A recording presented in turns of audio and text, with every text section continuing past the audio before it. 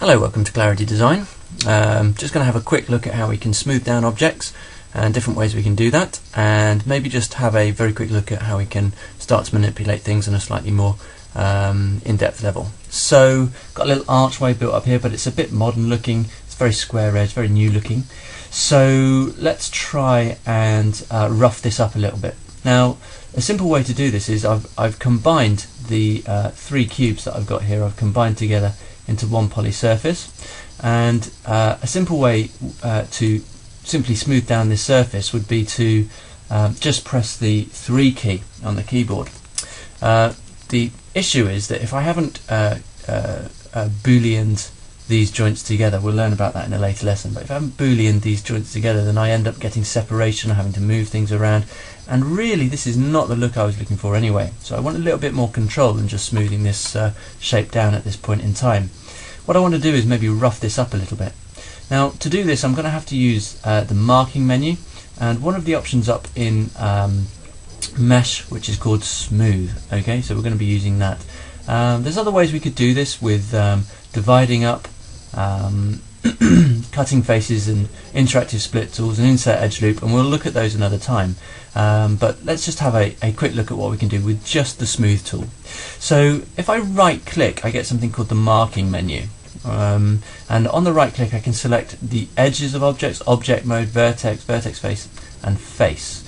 I'm going to be using edge, vertex and object mode. So to begin with, let's select an edge, and I'll pick up the top edge of this corner here, and let's go and see what happens if I go to smooth. Wrong menu, there we go, smooth. Alright, so you can clearly see what's happened here. Alright, it's added an extra division in along that face and along the top face, and it's pulled in this vertex point here in the center. It's left the sides nice and square. Now I could do that again. I could select another face or an edge, edit mesh. This time, before I go into smooth, I'll go into the options so you can see what it's chosen to do. So in the options I've got a division level of 1, so if I increase that I'll get more divisions.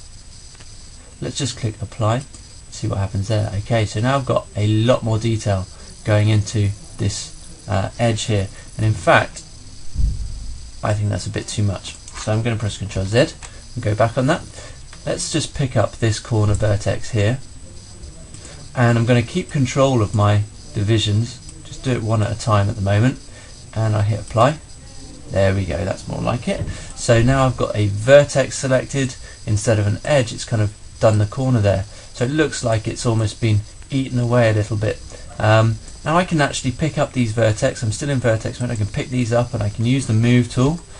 That's W on the keyboard if you want a shortcut, and I can pull things out and in on a vertex by vertex basis, building up my model until I'm happy with it. I can continue with this until I've got the shape and form that I really want from my model,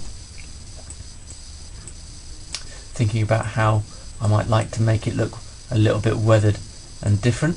Now interestingly, when you have more divisions, I'm going back to object mode, when you have more divisions in an object, when you press the 3 button as we did before to smooth the view down, it does a very different job of smoothing it down. So you can see the divisions are actually giving it more structure to hold on to. The trick with modelling inside Maya, and in fact any program, is to try and add the divisions in the surface where you need them and not all over it. So try and avoid, wherever possible, just adding divisions all over the surface when you're not going to use them. So for example, this the bottom end of this here, I think I'll leave this quite square. So I'm going to try not to subdivide that anymore. I'm going to try not to add any divisions to that face, simply because I don't need them. You've got to think that every vertex you use, every one of these that you add in, adds in more calculation time for Maya as it tries to work out where it puts it in animation.